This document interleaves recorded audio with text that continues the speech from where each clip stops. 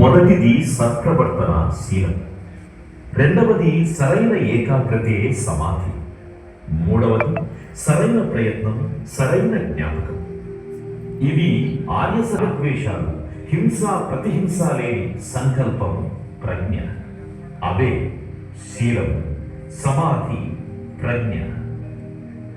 బోధిసత్వ, అదిగో అక్కడ కనిపించే ఆ 3 కర్రలు తీసుకురా.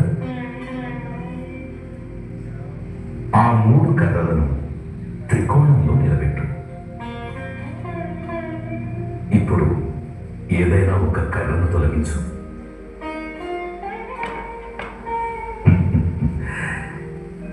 ఏం గ్రహించావు అంబేద్కర్?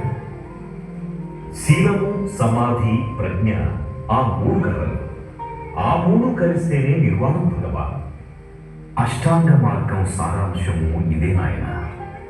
శీలం, సమాధి, ప్రజ్ఞ విడివిడిగా ఏ ఫలితాన్ని ఇవ్వవు. 3 కలిస్తేనే నిర్వాణం.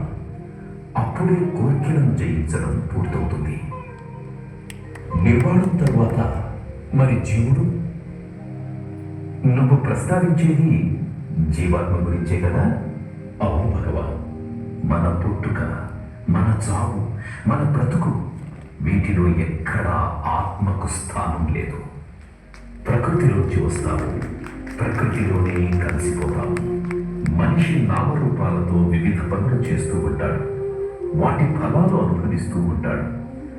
కోరికలు, దుఃఖాల నుండి విముక్తి లేకపోతే కోరికలు, దుఃఖాలతో అలమటిస్తూనే ఉంటాడు. పుట్టుక ఎప్పటికప్పుడు నూతనమే. చచ్చేది, పుట్టేది ఒకటి కాదు. పునర్జన్మ మనుషులకు కాదు. నిర్వాణం పొందనంత వరకు అది కోరికలకు, దుఃఖాలకు మాత్రమే పునర్జన్మ.